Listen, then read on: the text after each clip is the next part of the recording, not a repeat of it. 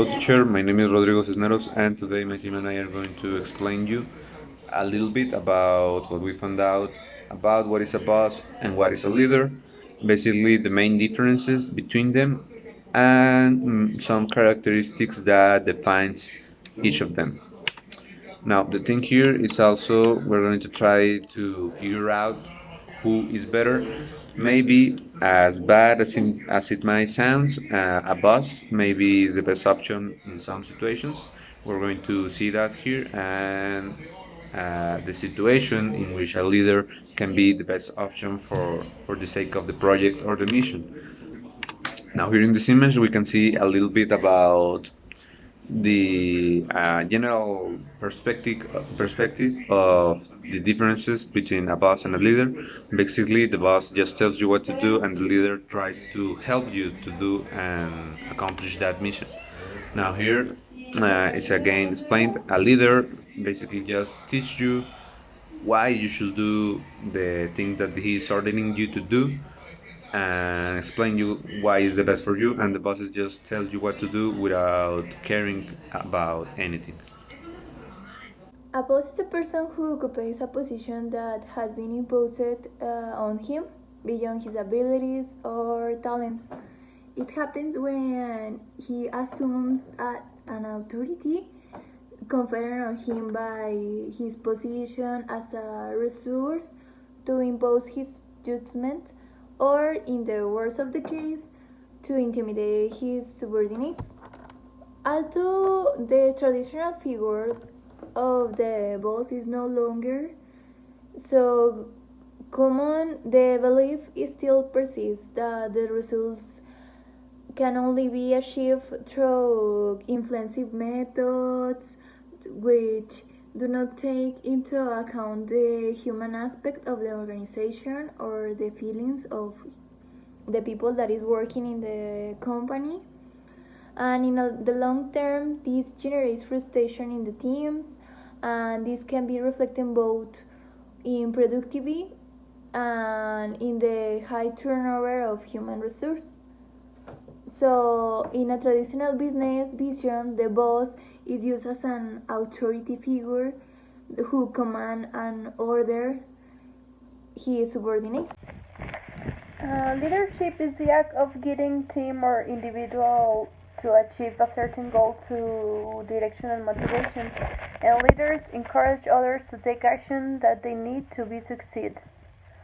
A great leader is necessary to learn and cultivate the skills that it takes to be effective.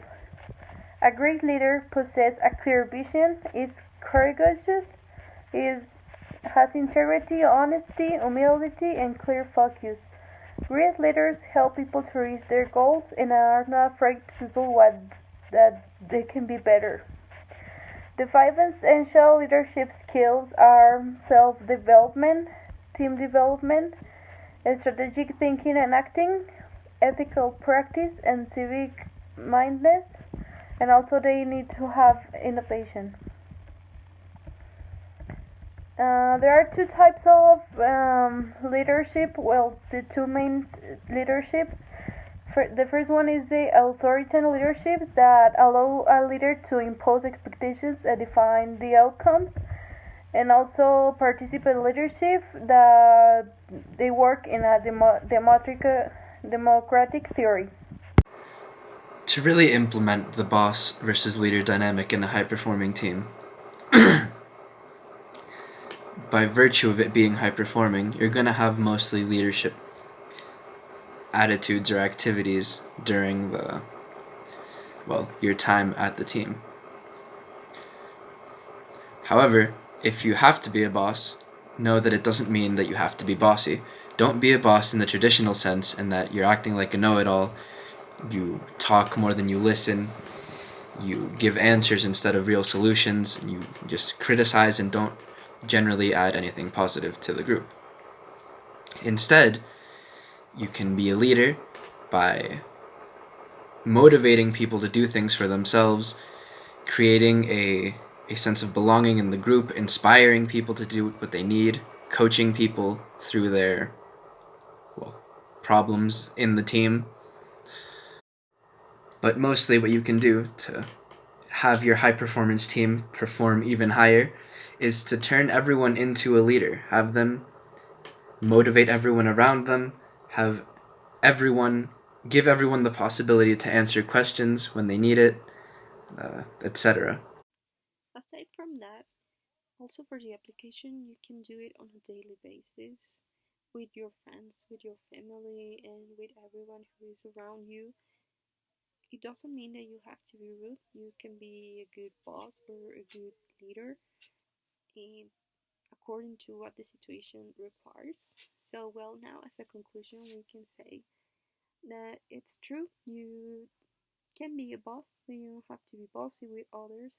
You can be a leader, but you must know what situation you're in so that you can decide what personality or what characteristics you need to develop and you need to show to others for them to respect you, right? So you can be very nice to them even if you are their boss, or you can be strict even if you are a leader, because that's what the situation requires, right? So we must adapt ourselves to what we need and what our team members need. We have to know them.